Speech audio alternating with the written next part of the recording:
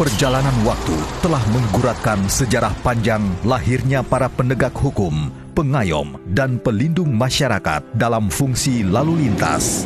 Masa pra-kemerdekaan, polisi lalu lintas dikenal dengan nama Verkeerpolitie di masa kolonial Belanda dan Kempeitai pada masa penjajahan Jepang.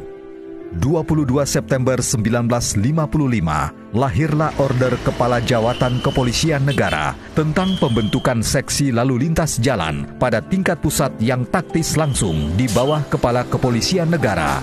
Sejak masa inilah, Hari Lalu Lintas Bayangkara terus diperingati hingga saat ini. Peran polisi lalu lintas dalam penyelenggaraan negara semakin diperlukan.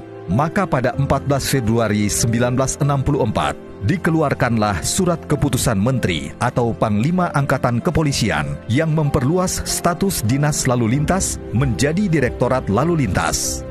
Pada masa ini, Polantas mulai menunjukkan perannya dengan dirintisnya pendidikan kejuruan kader-kader Polantas.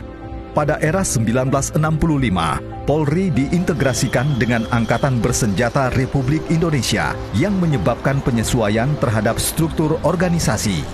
Salah satunya adalah perubahan Direktorat Lalu Lintas menjadi salah satu unsur Komando Utama Samapta Polri atau Komapta. Di masa ini, lahirlah Patroli Jalan Raya atau PJR, serta memberlakukan sistem tilang sejak 1971. Pada 1974, Polisi Lalu Lintas bersama pemerintah DKI Jakarta dan Jasara Harja mencetuskan dan memberlakukan sistem administrasi manunggal satu atap atau Samsat yang mempermudah pelayanan pembayaran pajak kendaraan bermotor. Struktur organisasi polisi lalu lintas terus mengalami perubahan dari waktu ke waktu. Pada 1984, Direktorat Lalu Lintas diperkecil menjadi Subdirektorat Lalu Lintas Polri di bawah Direktorat Samapta Polri.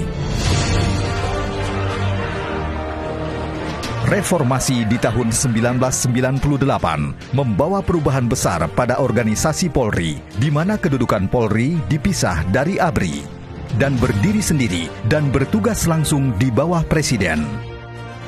Pada tahun 2004, terbitlah penetapan tarif PNBP yang berlaku di lingkungan Polri, di mana 6 dari 7 kewenangan yang diatur dalam peraturan tersebut merupakan kewenangan Polantas.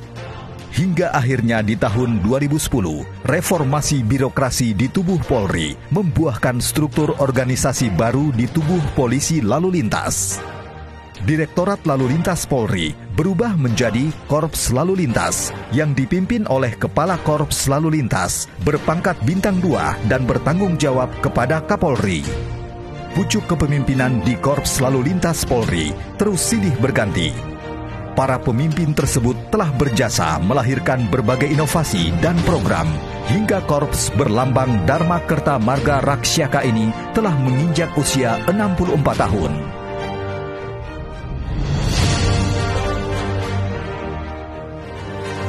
Korps Lalu Lintas Polri terus memberikan pelayanan terbaik kepada masyarakat melalui serangkaian inovasi dan program pelayanan berbasis teknologi informasi, sehingga tercipta pelayanan yang cepat, efektif, efisien, dan semakin mengukuhkan polisi lalu lintas yang bebas korupsi.